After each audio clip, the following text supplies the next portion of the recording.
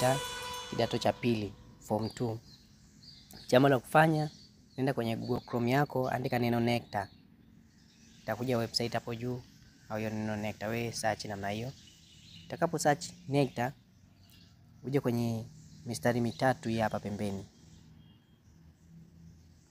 Hapa. Kwenye mistari mitatu utagusa. Chagusa namna hiyo. Utakuja kwenye sehemu ya results, yani matokeo. Utagusa sehemu ya matokeo. Tunataka matokeo ya form 2. Form 2 ni FTNA na form 2 National Assessment. Utagusa hapo kwenye FTNA, itafunguka.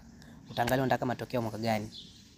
Hapa ni mwaka wote tu kuanzia 2022, 23, 2024.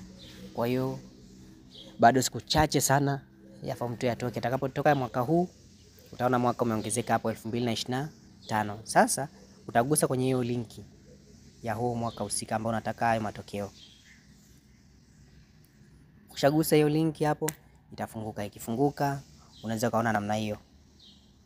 Hapa ni majina ya shule na namba, au unaweza kaangalia herufi ya mwanzo ya hiyo shule unayotafuta.